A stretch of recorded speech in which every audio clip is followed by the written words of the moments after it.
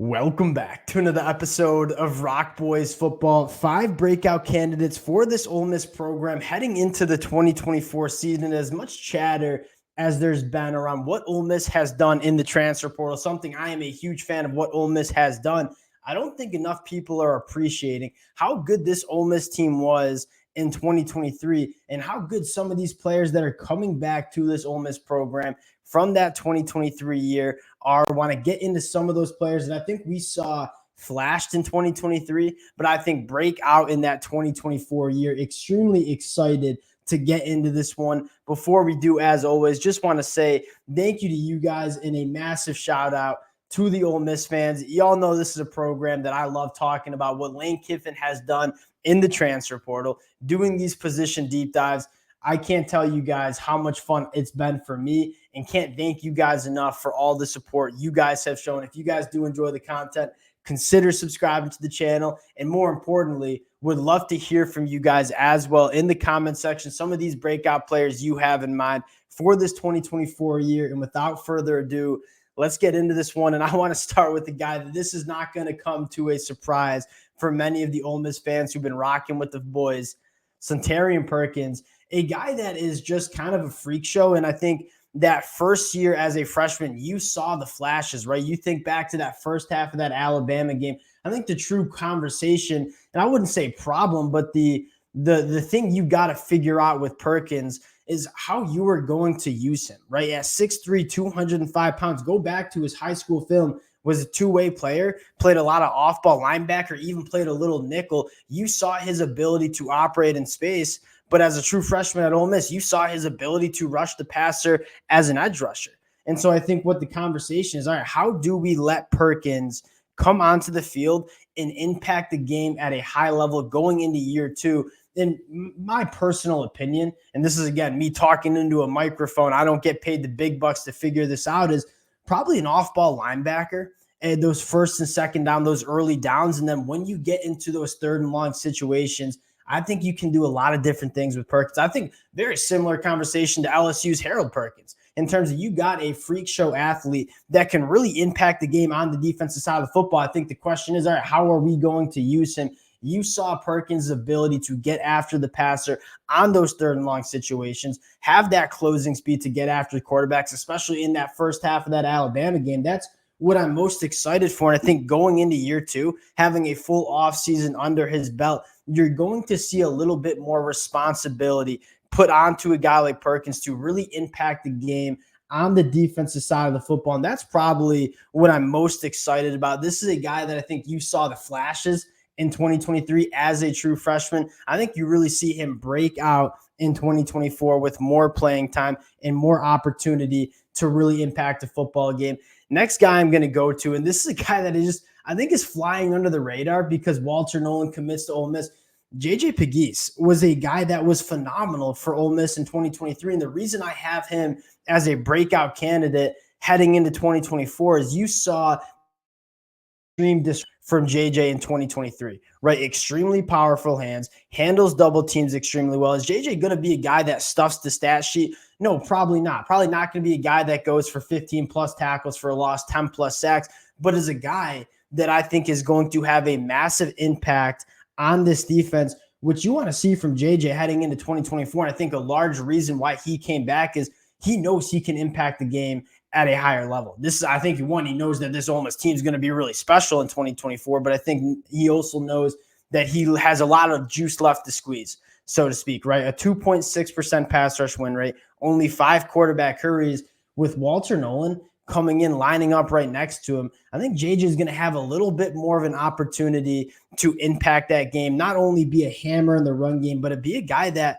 really can collapse pockets, be disruptive. And the thing I'm looking for more is take that disruption and turn it into a little bit more production, right? A little bit more tackles for loss, more quarterback hurries, a better pass rush win rate. You see that. I mean, Walter Nolan, JJ, I think you're looking at an elite inside of this Ole Miss defensive line. And that's probably one of the biggest reasons I'm so excited about this Ole Miss team heading into 2024 is you look at the skill. We know their skill is one of the best in the country, if not the best. But along the line of scrimmage, this is a team that got significantly better, and a guy like JJ certainly going to play a role in that in 2024. Next guy I want to go to, and another guy that I think's just flying under the radar. And that's kind of the conversation with this Ole Miss team in the offseason, is a lot of the hype and the conversation goes to the transfer portal additions, as if this team wasn't really good in 2023, that didn't have a lot of very good football players that are also coming back. Chris Graves, a guy that I'm extremely excited about. A couple things that really excite me. One, he's only going into year 3 of his college football career. So there's still a lot of development that needs to take place, specifically with Ole Miss. I mean, he enrolled at Ole Miss, July 30th, right before fall camp started, wasn't there for spring practice, wasn't there for summer workouts. I think he largely spent that first half of the season just getting acclimated to this Ole Miss defense. And then towards the second half of the season, you saw Chris Graves play extremely well. The second thing that excites me is he's still transitioning from playing wide receiver at the high school level. So you throw in making the transition to defensive back, making that transition to the Ole Miss defense. I think a full offseason under his belt, learning that position better, learning that Ole Miss defense better, you're looking at potentially a very good cornerback in Chris Graves. And going back to the three pillars, I guess you'd say, of what I look for in defensive backs: length, long speed, ball skills. Chris Graves, phenomenal length, has an 11-second 100-meter going back to his high school days. The long speed certainly there. And then the ball skills. Was a guy that played wide receiver at the high school level, knows how to play the football in the air. I think you have a really healthy competition here, right? I think Trey Amos probably has that cornerback 1 spot locked up, but you're looking at Amarian Walker, Chris Graves, 2 guys that have phenomenal upside at that cornerback 2 spot. Whoever wins that spot, I think you have a good feeling is going to be a very good cornerback for this Ole Miss team heading into 2024. Chris Graves, a guy that I certainly am keeping an eye on. Now, last 2 guys, I want to go to the offensive side of the football and start with one of the players that, again, I am extremely excited about in 2024. That is running back Ulysses Bentley, a guy that arguably was a better running back than Quinshon Judkins in that 2023 season. Averaged more yards per carry, averaged more yards after contact. Ulysses Bentley, 95 carries for 540 yards, averaged almost 6 yards per carry, 3.5 yards after contact per carry. I think he fits what Ole Miss wants to do extremely well. You talk about Ole Miss. What do they want to do on offense? They want to get the football to their playmakers in space. Ulysses Bentley is phenomenal operating from space, has really good short area quickness to make people miss at the second level. And then the long speed was on full display. One of the faster players on this Ole Miss roster. You talk about hitting the explosive plays, something that is very important to this Lane Kiffin offense. Ulysses Bentley, I think, fits this perfectly, and also a guy that I think can be a phenomenal pass catcher, right? Only 12 targets, caught 11 of them for over 90 yards. I think you're going to see Ulysses Bentley get used in a lot of different ways. I think the amount of touches he's going to have is going to increase, and I think you're going to see a lot of big plays from Ulysses Bentley. And you start talking about Logan Diggs, Riscano going into year 2. This running back room, I think a lot of the conversation is, what is Ole Miss going to do without Quinshon Judkins? They got 3 running backs who I think Lane Kiffin is extremely excited about heading into 2024. In my mind, this running back position going to be just fine. The last guy I want to shout out on the offense, and y'all know how I feel about Jackson Dart. I didn't include him in the breakout list. Jackson Dart's broken out. We know he's that guy. I think we know he's a Heisman contender heading into 2024. One of the names that I think is just an interesting name to watch, and that is wide receiver Aiden Williams, one of my favorite wide receivers from that 2023 class, a guy that has the combination of size and frame, and then combined with that athleticism and body control that gives you a very high upside wide receiver. Jackson Dart has taken massive steps in terms of pushing the ball down the field. Aiden Williams is a guy that is going to excel attacking that deeper third, going up for those 50-50 balls. Now, I think the conversation with Aiden Williams is how much opportunity does he get going into year 2 in this Ole Miss offense, right? You have guys like Trey Harris, Juice Wells, Jordan Watkins. You have a tight end that you don't really want to take off the field with Caden Prescorn. Aiden Williams, if he gets a lot of reps in 2024, if he's starting to become a part of this offense, you know he's earned it. And this is a guy that has a very, very high upside. I don't know if he breaks out in 2024. He certainly is going to break out in 2025.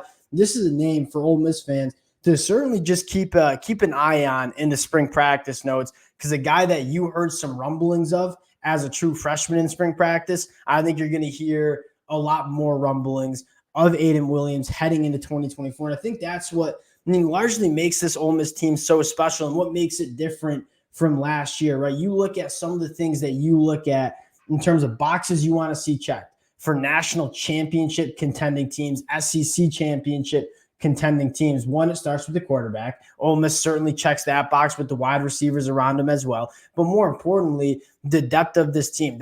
Ole Miss has had some really good players, but the depth hasn't always been there. And I think that's why you see Ole Miss struggle in the back half of the season, dealing with some injuries, getting into November of SEC play. You look at this Ole Miss roster heading into 2024, it is extremely loaded. A ton of competition that's only going to increase what the starters look like. But more importantly, when you get into late October, November, where this Ole Miss team wants to win those big games, I think that depth is certainly going to help. Really excited. Again, they brought in a ton of guys in the transfer portal that we're very excited about, but there's a lot of talent on this team that was here in 2023 that I think makes some strides in 2024. Would love to hear from you guys as well in the comment section. And more importantly, if you guys do enjoy the content and you want to support the boys, consider subscribing to the channel. Appreciate you guys more than you know for all the support, and we'll talk to y'all later.